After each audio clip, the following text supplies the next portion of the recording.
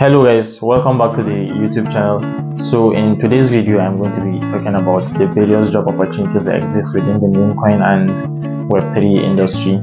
Specifically, I'm going to be talking about 4 jobs that a lot of people hunt for and that is in demand most of the time. These roles are roles that meme coin projects need in order to get their community going, and it serves as a confluence for investors that come into the meme coin industry.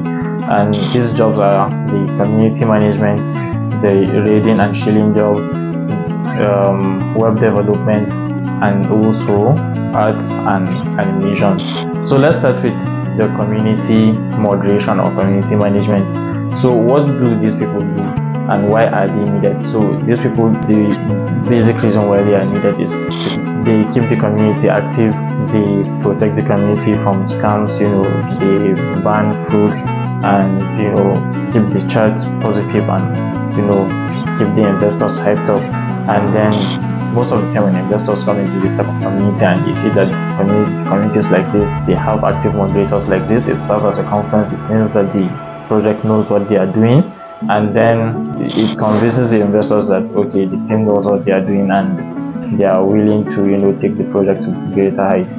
And basically, if you are hunting for jobs like this, you can just go on the desk cleaner and go into the community's Telegram and see if the community is not very active. You just go into the dev chat. That's if the admins are visible, you can go into the devs chat and pitch that okay, yeah, you are a community moderator, this is what you do and this is the value you can offer to the community.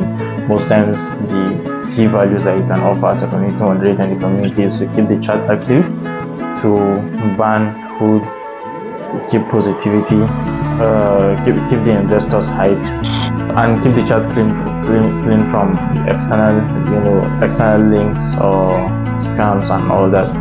So if you want to know more about getting jobs like this, you can watch my previous videos on how to hunt for this type of jobs. I'll put the link below in this video and you'll be good to go. So the next thing I want to talk about is raiding or shilling. So basically, I already spoke about this in my previous video, but let's go over it again. What these people do, basically, they hype up projects on Twitter or Telegram, basically. So on Twitter, what you need as a raider is at least 5 Twitter accounts, and like I said in the previous video, you need 1 blue check on Twitter at least, and you should also try and get yourself verified on Telegram. This verification does not really cost much, and then it makes you have more and more value in the Web3 industry.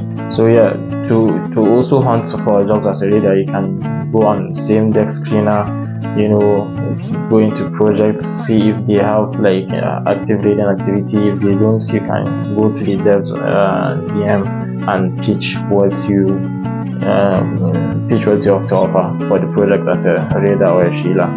The value you can offer as a raider in these projects is PG shilling, which means you have a template about the project and you are going to shill it in various Telegram communities to attract investors, or Twitter shilling, where you target influencer tweets and you hype up the project under the influencer tweet. So let's go to the next one, which is website development. So what do you do as a web developer for this project? Normally, if you go on desk cleaner and you try to get information about the project and all that, you are going to see a place that says okay, websites, Twitter, and Telegram. So this is basically the 3 places where these projects try to showcase themselves.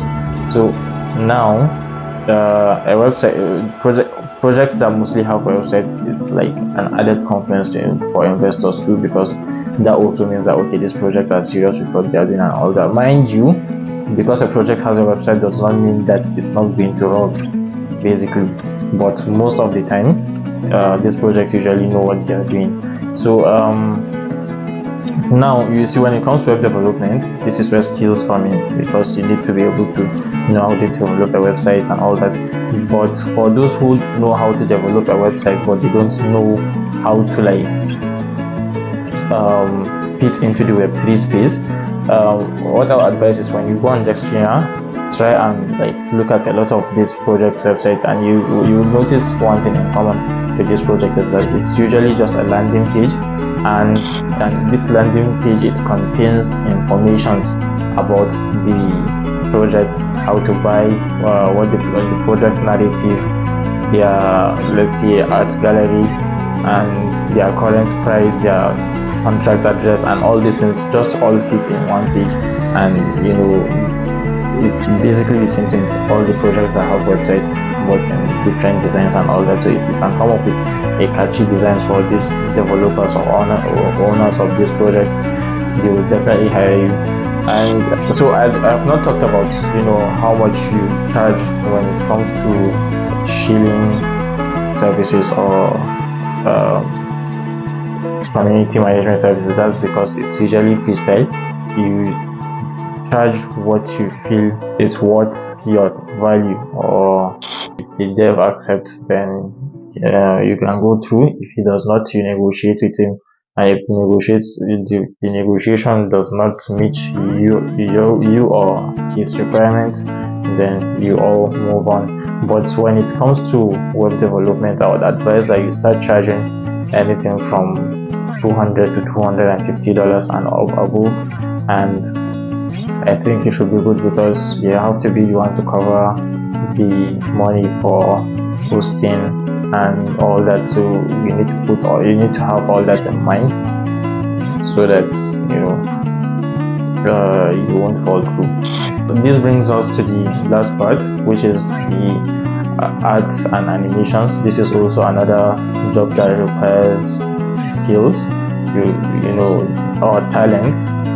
So if you are an artist and you also do not know how to take part in the Web3 industry, the least you can do is to look at Web3, to look at these meme coins, go into their communities, see the type of arts they have, and the type of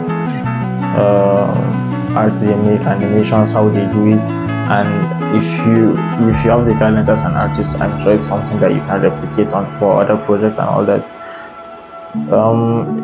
For this, I also would not talk about the charges, because I think this is the only part of Web3 jobs, especially when working with meme coins, I don't really have any experience with, so I wouldn't want to talk about that.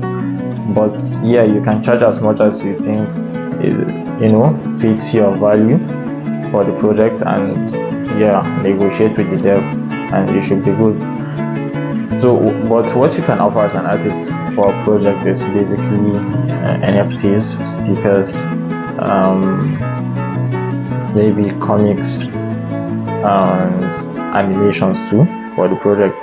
So there are projects out there that demand that when hunting for this type of jobs, you have to look for stable projects that may have been there for about some time, and you feel like, okay, these people are here to stay. So you can pitch and say, okay, this is what you do. Or better, you can make an art for the project and send to the team or in the main chat and tell them, okay, this is what you've done for the project, and if they need more of this, they can come to your DM and discuss more, or you can send it directly to the dev, and you can tell him that if he needs more, he can negotiate price with you and all that. So so one last thing I want to talk to you guys about is you should know the value you provide for every project that you pitch in. When you cannot come to a project that already have active leaders and say you want to reach for them, because they are not going to hire you, focus on what the project does not have, and show that, okay, this is where you can come in. You understand? If the project does not have good art, show them that, okay, you are an artist, this is the type of art you make, and this is what you can do for the project. If you don't have a website, make at least a Figma design for the project, and send to the team. Tell them that, okay, this is like a website that you feel the project will need. They can pay you to develop the website for them. if the project does not have an active community, you can come in as a community moderator and all that. And there's also a way you can work smart when it comes to this. Just build a team that has all these talents. You understand? Build a team that has readers, a team that has community managers, a team that has artists, a team that has